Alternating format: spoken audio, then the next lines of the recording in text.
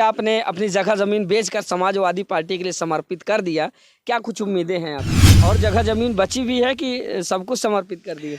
नहीं, बस बसने के लिए है, बाकी सब समर्पित कर दिए पार्टी के पीछे। उसने कहा ही नहीं बल्कि करके दिखाया, वतन की लाश लाकर वतन में जलाए, ये हमारे समाजवादी पार्टी की देन है। समाजवादी पार्टी के बारे में कहा जाता है कि जब समाजवादी पार्टी आती है तो उसमें जो एक विशेष समुदाय यानी कि मुस्लिम समुदाय को ज़्यादा तवज्जो देती है। यहाँ पर आपकी क्या राय है? फूलचंद जी, और आरोप लगते रहे हैं हमेशा समाजवादी पार्टी पर कि समाजवादी पार्टी जब भी सत्ते में आ जाती है तो एक जाति विशेष का जो है ज़्यादा तांडव हो जाता है, यानी कि यादव समाज से है तो यादव समाज की अगर बात जहाँ पर आती तो ज़्यादा तांडव हो जाता है।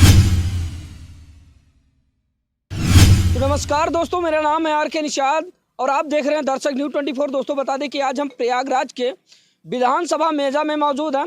दोस्तों बता दें कि लोकसभा चुनाव 2024 बेहद नज़दीक है और जैसे जैसे लोकसभा चुनाव 2024 नज़दीक आता जा रहा है वैसे वैसे तमाम जो राजनीतिक पार्टियां हैं वो चुनावी क्षेत्र में अपनी अपनी सक्रियता दिखाने लगी हैं। दोस्तों बता दें कि आज हम ग्रामीण क्षेत्र में आए हैं, यानी कि प्रयागराज के मेजा विधानसभा में, और आज हमारे साथ स्क्रीन पर आप एक चेहरा देख पा रहे होंगे। बता दें दोस्तों कि ये समाजवादी पार्टी के एक ऐसे समर्पित कार्यकर्ता है जिन्होंने सन 1993 से समाजवादी पार्टी से अपनी जर्नी शुरू करते हैं और आज तक समाजवादी पार्टी के प्रति अपनी सच्ची श्रद्धा और निष्ठापूर्वक काम कर रहे हैं। दोस्तों बता दें कि ये कोई साधारण कार्यकर्ता नहीं, इन्होंने समाजवादी पार्टी के लिए अपनी जगह जमीन तक बेच डाली। आज के दौर में जहां पर अपने निजी स्वार्थ के लिए तमाम नेता अलग अलग पार्टियां ज्वाइन करते हैं और अपना स्वार्थ सिद्ध करने के लिए पार्टी में जाते हैं, लेकिन ऐसे में सन 1993 से ये श्रीमान जी समाजवादी पार्टी का दामन थामे और यहाँ तक कि बिना किसी स्वार्थ के इन्होंने अपनी जगह ज़मीन बेचकर समाजवादी पार्टी के प्रति समर्पित कर दिया। आइए इनसे रूबरू करवाते हैं कि दरअसल इन्होंने इतनी बड़ी दरियादिली कैसे दिखाई और इनको क्या लगा कि ये जिस तरह से इन्होंने अपनी सारी जगह ज़मीन समाजवादी पार्टी के प्रति समर्पित कर दिया, बेच डाली, क्या कुछ उम्मीदें हैं और क्या इनके दिमाग में चल रहा था जिसके चलते इन्होंने अपनी ज़मीन और जायदाद समाजवादी पार्टी के प्रति कुर्बान कर दिया। आइए इनसे मिलाते हैं कि दरअसल पूरा मामला क्या था और कब से ये ज्वाइन किए, क्या कुछ मामला, आइए इनसे जानने का प्रयास करते हैं। क्या नाम हुआ आपका? फूलचंद, आदिवासी वरिष्ठ कार्यकर्ता समाजवादी पार्टी दरी मेजा प्रयागराज। अच्छा, तो इस समय हम विधानसभा मेजा में मौजूद हैं। जी जी जी। गांव कौन सा है आपका? खास दरी। खास दरी। ये बताइए, जो मामला सुनने में आ रहा है, कहा जा रहा है कि आपने समाजवादी पार्टी के लिए अपनी सारी जगह जमीन बेच डाली है, बात किस हद तक सच है? जी जी जी। सही है जी। कब से आपने समाजवादी पार्टी का दामन थामा? 1993 से। 1993 से। क्या लगा आपको समाजवादी पार्टी में ऐसा जिसके चलते आपने इतनी बड़ी दरियादिली दिखाई समाजवादी पार्टी के लिए? कुछ ऐसे कारनामे थे हमारे समाजवादी पार्टी का, जैसे कि पहले था कि हमारे देश के जो BSF CRPF जो फोर्स थी मारी जाती थी आतंकवाद के अंदर, तो वहीं मार के दफना देते थे। लेकिन पूर्व रक्षा मंत्री स्वर्गीय मुलायम सिंह यादव जी जब रक्षा मंत्री हुए तो कम से कम देश के जवानों को आज़ाद तो कराए। वो बात आपको ज़्यादा छू गई? बिल्कुल छू गई। हमारे ही जैसे छोटे मोटे किसान बच्चों को पढ़ा लिखा कर BSF में UP पुलिस में भेजते हैं। हाँ। IAS बनाते हैं, किसानी से बनाते हैं कि पार्टी बनाती है? पार्टी नहीं बनाती है, जवानों को तो किसानी बनाते हैं, माँ बाप बनाते हैं। बिल्कुल। यही उनकी एक क्या 2-3 कार्यशैली थी, इसलिए समाजवादी पार्टी हमारे मन को छू गई। सन 1993 से आपने ज्वाइन कर लिया? जी जी जी जी। और अभी तक निरंतर समाजवादी पार्टी के लिए ही काम कर रहे हैं? जी जी जी जी। अच्छा, क्या लगता है कि सन 1993 से आपने समाजवादी पार्टी को ज्वाइन किया था, तब से आज में कुछ फर्क देखने को मिल रहा है या फिर वैसी ही पार्टी है? राजनीति तो हमारी समाजवादी पार्टी की वही है। वही है? वही है। अच्छा। हाँ, इसमें कोई शक नहीं है। गवर्नमेंट हमारी उत्तर प्रदेश में या केंद्र सरकार में है या नहीं है, लेकिन हमारे पार्टी का धोखाधड़ी की बात है या 24 की बात, ये सब हमारे पार्टी के अंदर नहीं है।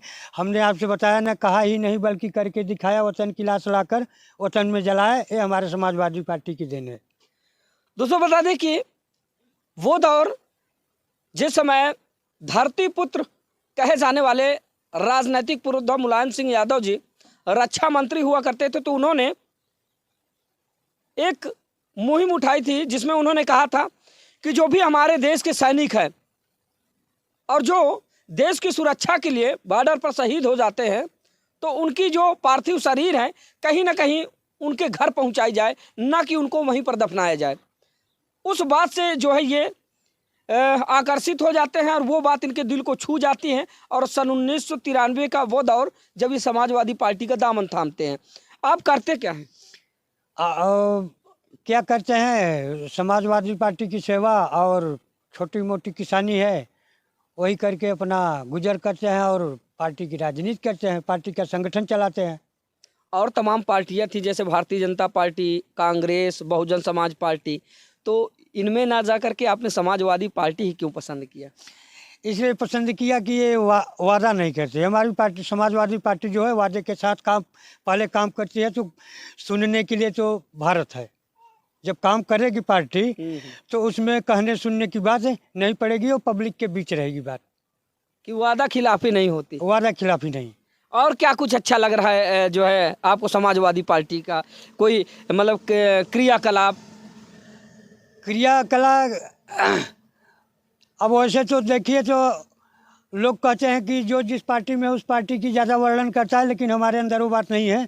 हमारी पार्टी जितना काम किया है उतना हम वर्णन करते हैं। अच्छा, समाजवादी पार्टी के सूत्रधार यानी कि धरतीपुत्र मुलायम सिंह यादव और वर्तमान में उनके सुपुत्र हैं अखिलेश यादव, तो दोनों में कुछ फासले नजर आ रहे हैं या फिर उसी तरह आप समझते हैं? नहीं, उसी तरह से। उसी तरह से हमारे लिए कोई फर्क नहीं दिखाई दे रहा कि माननीय मुलायम सिंह यादव जी या अखिलेश भैया के राजनीति में कोई अटूट शब्द हो। अच्छा नहीं। अच्छा, जिस तरह से आपने अपनी जगह जमीन बेचकर समाजवादी पार्टी के लिए समर्पित कर दिया, क्या कुछ उम्मीदें हैं आपको? उम्मीद है इतिहास मिलेगा, अखिलेश भैया देंगे। हाँ? आज नहीं तो कल इतिहास मिलेगा। हाँ, इतिहास मिलेगा। दौलत के लिए आदमी नहीं मरता है, और जो दौलत के लिए मेरे वो तो बेकार है। इतिहास जो बन गया वो मरा थोड़ी, वो तो जिंदा रह गया। अच्छा, जगह ज़मीन तो आपने बेच ही डाली। समाजवादी पार्टी के एक सच्चे सिपाही हैं आप। और सन 2017 से पहले समाजवादी पार्टी की सरकार भी रही, तो आपको कुछ पार्टी की तरफ से सांत्वना मिली या फिर पार्टी की तरफ से कुछ सहानुभूति आपको मिली या फिर? जी, दौलत तो नहीं मिला, सम्मान मिला, सोलर लाइट मिली पार्टी के माध्यम से। पार्टी के माध्यम से स्पेशलिस्ट और वो हैंड पाइप की व्यवस्था समाजवादी पार्टी से मिली। और हमारा राशन कार्ड अंत्योदय का था, जिसमें पूर्व प्रधान सत्येंद्र सिंह यादव उसको काट दिए थे, निरस्त कर दिए थे। फिर समाजवादी पार्टी ने ही खड़ा होकर बनवाई, राशन कार्ड चालू कराया।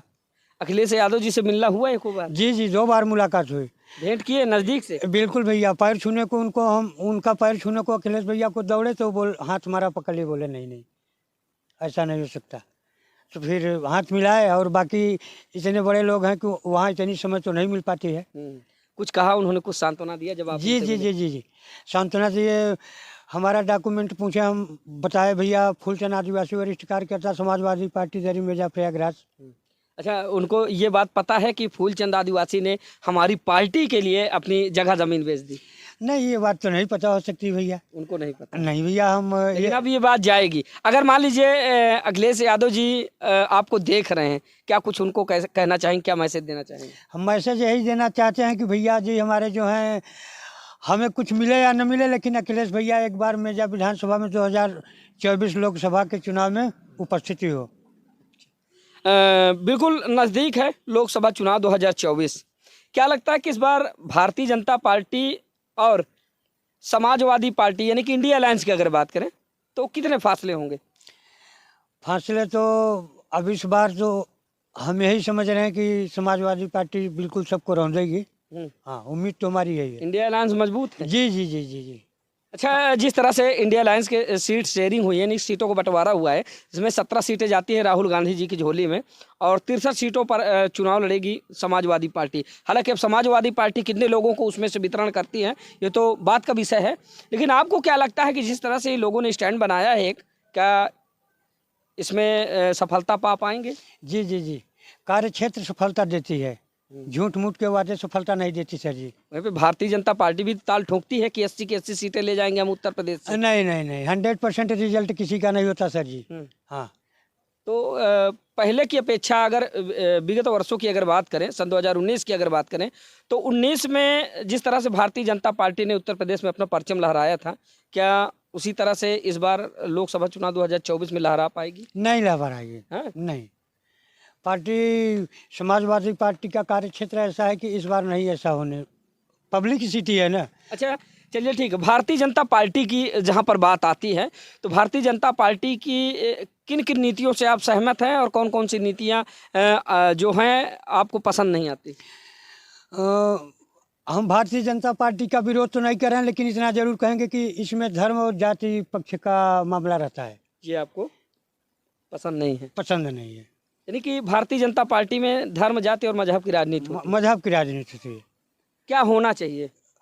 धर्म जाति यानी कोई भी पार्टी हो सत्य में, वो धर्म जाति की राजनीति नहीं करेगी। वो पब्लिक के साथ रहकर और देखकर उसकी हर स्थिति को देखते हुए झेलना, उसको पार्टी या सरकार कहते हैं। अच्छा, भारतीय जनता पार्टी जिन रणनीतियों पर इस बार लोकसभा चुनाव 2024 में कूदने वाली है, तो क्या लगता है कि उनकी जो मतलब जो भी उनके दावे थे और जिन विकास कार्यों का वो हमेशा व्याख्यान करते हैं, क्या धरातल पे वो दिखाई दे रहे हैं? कुछ नहीं, धरातल पर क्या दिखाई दे रहे हैं। वो तो आदिवासी समाज के लिए बोलते हैं कि पूरे भारतवर्ष में हमने आज़ाद कर दिया, लेकिन हमें जब हम खुद ही नहीं आज़ाद हुए तो पूरे भारतवर्ष के आदिवासी कहाँ से आज़ाद हुए होंगे। उनका तो एक ढोंग है बात करने का। अच्छा, और क्या कुछ कहना चाहेंगे? जिस तरह से आपने समाजवादी पार्टी के प्रति अपने समर्पण की भावना को व्यक्त किया है, तो आगे आने वाले दिनों में आप क्या कुछ कहना चाहेंगे राष्ट्रीय अध्यक्ष अखिलेश यादव जी? अखिलेश भैया से हम यही चाहते हैं कि हमारे इतने दिन की भक्ति में बस हमारे मेजा विधानसभा में उनका आगमन हो, बस। अच्छा, कभी भविष्य में अगर समाजवादी पार्टी आपको टिकट देती है, सहानुभूति आपको दे देती है, तो आप लड़ना चाहेंगे चुनाव? अब पार्टी का जैसा निर्देश होगा वैसा तो पार्टी के कार्यकर्ताओं को करना पड़ेगा। क्या लगता है कि आने वाले दिनों में कभी समाजवादी पार्टी आप पर ध्यान देगी? देगी, बिल्कुल देगी। उम्मीदें हैं? बिल्कुल उम्मीदें हैं। अगर मान लीजिए फूलचंद आदिवासी जी अगर विधायक या सांसद बन ही जाते हैं समाजवादी पार्टी से भविष्य में, क्योंकि ये भविष्य के गर्भ में छुपा हुआ है, कहा नहीं जाता कब क्या हो जाए, अगर मान लीजिए आप विधायक या सांसद बन ही जाते हैं, तो क्या क्या रणनीतियाँ होंगी, किन किन मुद्दों पर फूलचंद आदिवासी जी काम करेंगे धरातल पर? धरातल पर वही कार्य रहेगा जो हमारे पार्टी का आदेश होगा। पार्टी के माध्यम से हर पब्लिक सिटी की हमारी देखभाल करना। इस जात धर्म की राजनीति हमारे पास नहीं रहेगी, इसके खिलाफ है, बिल्कुल विरोध है। और जो आपके दिमाग में चल रहा हो कि जीतने के बाद हम ऐसा ऐसा करेंगे, क्योंकि आप एक ग्रामीण क्षेत्र से हैं, अब जीत जाने के बाद तो पब्लिक सिटी में जब कूदेंगे तब उसके विषय में बात करेंगे और चीज करेंगे, कार्य क्षेत्र का बात करेंगे। अच्छा, ये बताएं कि अभी आपके परिवार में कौन कौन है, आपके कितने बच्चे हैं, क्या क्या? 3 बच्चे हैं, 1 बच्ची है, 2 भाई हैं, लगभग 25 यूनिटी के परिवार हैं हम पूरे तीनों भाई के बीच में। अच्छा, और जगह जमीन बची भी है कि सब कुछ समर्पित कर दिए? नहीं, बस बसने के लिए है, बाकी सब समर्पित कर दिए पार्टी के पीछे। सिर्फ रहने के लिए बचा कर रखे हैं, नहीं बाकी सब? हाँ, पार्टी के लिए बिल्कुल कुर्बानी कर दिए हैं। तो समाजवादी पार्टी इस बार आने वाले लोकसभा चुनाव 2024 में अच्छा परचम ला रहेगी? जी जी जी जी, कार्य क्षेत्र लाएगा ना। बहुजन समाज पार्टी के बारे में फूलचंद आदिवासी जी क्या सोचते हैं? बहन जी का भी कार्य क्षेत्र ऐसे था जैसे बीजेपी वालों का है, तभी तो बहन जी मिट्टी में मिल गई। लेकिन बहन जी को तो बताया जाता है कि दलितों और आदिवासियों की मसीहा हैं वो किसी की नहीं है। बहन जी चीफ मिनिस्टर 4 बार हुई, LLB किए हैं, पढ़ाई लिखाई शिक्षा में कोई दिक्कत नहीं, लेकिन बहन जी की भी शासन ऐसा ही है, वादा बस काम नहीं। अच्छा, समाजवादी पार्टी की जहाँ पर बात आती है, समाजवादी पार्टी के बारे में कहा जाता है कि जब समाजवादी पार्टी आती है तो उसमें जो एक विशेष समुदाय यानी कि मुस्लिम समुदाय को ज़्यादा तवज्जो देती है, यहाँ पर आपकी क्या राय है? नहीं, ऐसी कोई बात नहीं है, कोई बात नहीं है ऐसी। सम्मान तो चाहे मुस्लिम हो, चाहे हिंदू हो, चाहे सिख हो, चाहे ईसाई हो, सबको ही करना पड़ेगा, लेकिन कुछ ऐसे उसमें ऐसे नज़दीक होते हैं, लोगों को देखने में ऐसा लगता है कि इनका सम्मान समाजवादी पार्टी ज़्यादा करती है। फूलचंद जी, और आरोप लगते रहे हैं हमेशा समाजवादी पार्टी पर कि समाजवादी पार्टी जब भी सत्ते में आ जाती है तो एक जाति विशेष का जो है ज़्यादा तांडव हो जाता है, यानी कि यादव समाज से है तो यादव समाज की अगर बात जहाँ पर आती तो ज़्यादा तांडव हो जाता है। जी जी जी, ये आपकी बात पर हम सहमत हैं। आप बहुत सच्ची बात बोले हैं। जाति प्रथा तो कुछ न कुछ आ ही जाता है, लेकिन 100% नहीं, ज़्यादा 20%।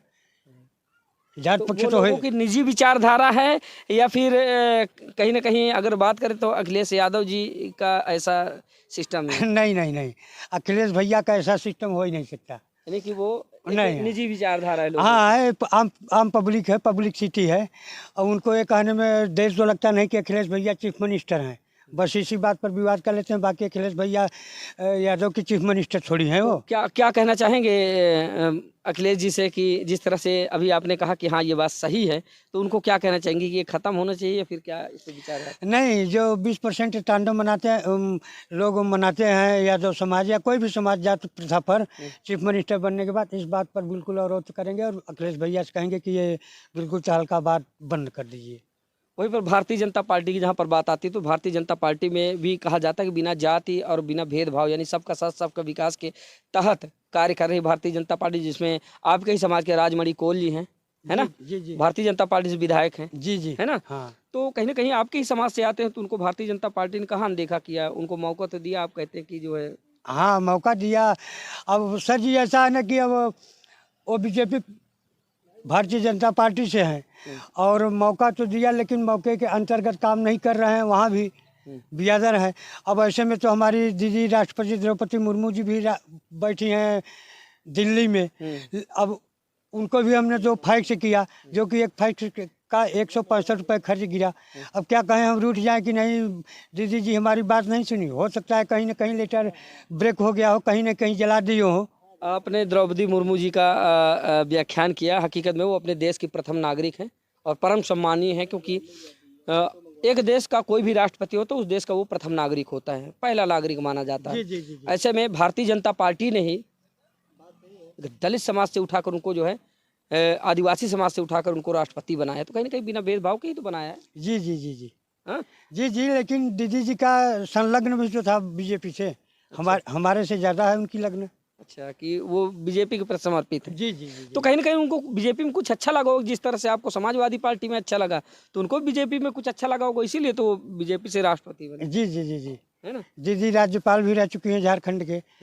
केंद्रीय मंत्री रह चुकी हैं। जी। अब इस समय राष्ट्रपति हैं, तो कुछ न कुछ बीजेपी का कार्यशैली उनको पसंद ज़्यादा आया होगा। जी, एक चीज़ और फूलचंद जी, अभी आपने देखा होगा कि उत्तर प्रदेश के अयोध्या जिले में श्री राम जी की मूर्ति की प्राण प्रतिष्ठा हुई थी, जिसमें बताया जा रहा तमाम समाज में अफवाह व्याप्त हैं, लोगों के अलग अलग कहने हैं। कोई कहता है कि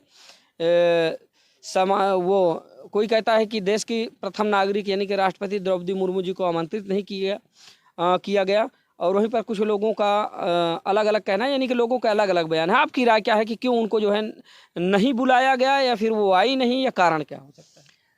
अब ऐसे में हम क्या कह सकते हैं, अनदेखी बात है, लेकिन ऐसा भी हो नहीं, आई तो नहीं, ये बात सही है। ये बात तो सत्य है। टीवी चैनल बता रहा है, आप लोग बता रहे हैं आई नहीं है, लेकिन ऐसा भी हो सकता है कि दीदी को जाने का अवसर न मिला हो, या दीदी जी को आमंत्रित न किया गया हो। अब ये दोनों बातें संदिग्ध हैं। आमंत्रित तो बाद में किया गया, जब लोगों ने आवाज़ उठानी शुरू कर दी जी जी कि देश की प्रथम नागरिक हैं और सबसे पहले उनका अधिकार है, तो जब राष्ट्रपति को ही आमंत्रित नहीं किया गया तो फिर किसको आमंत्रित करेंगे? यानी कि अपनी निजी पराकाष्ठा से ऊपर उठ के जो है लोग बाग काम कर रहे हैं, तो कहीं ना कहीं फिर बाद में जब लोग बाग हो हल्ला करने लगे, उसके बाद से उनको आमंत्रित किया गया, उसके बावजूद वो नहीं आए। क्या कारण हो सकता है?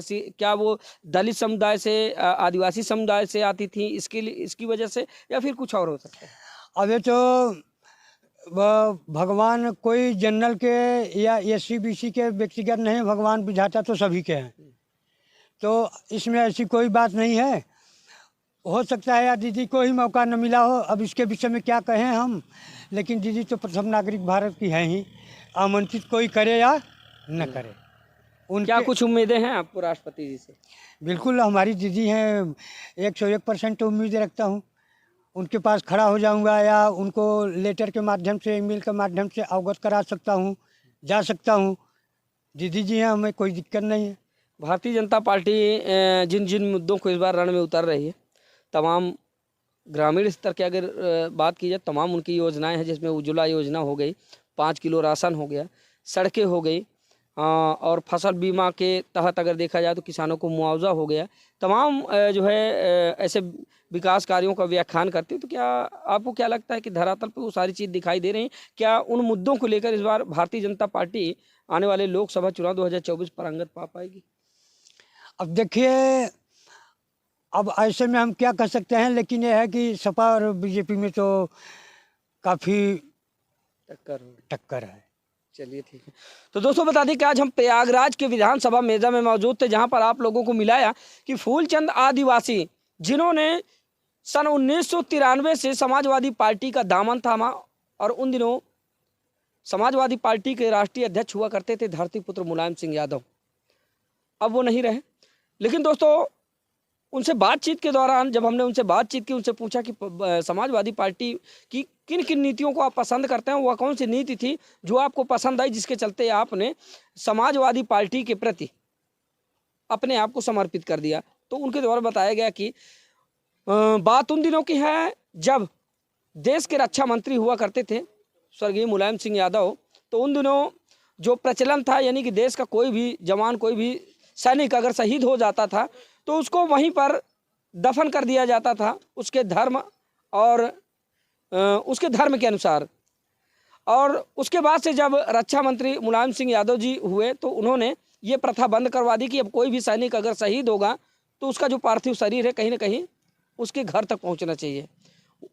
तो वही नीति इनको भा गई, और तब से ये समाजवादी पार्टी का दामन थामे, उसके बाद से निरंतर कर्तव्य निष्ठा की भावना से इस समाजवादी पार्टी के सच्ची सिपाही बनकर काम कर रहे हैं। और बता दें कि ये ऐसे समाजवादी पार्टी के समर्पित कार्यकर्ता है जिन्होंने अपनी जगह ज़मीन तक बेच डाली।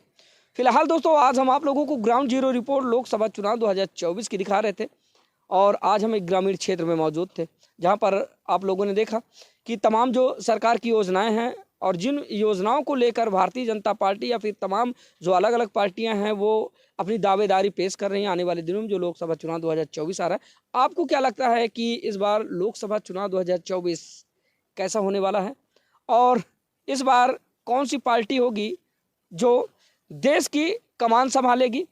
कमेंट करके ज़रूर बताइएगा। तो आज की खबर बस यहीं तक रखते हैं, मिलती किसी दूसरी खबर में, तब तक के लिए नमस्कार।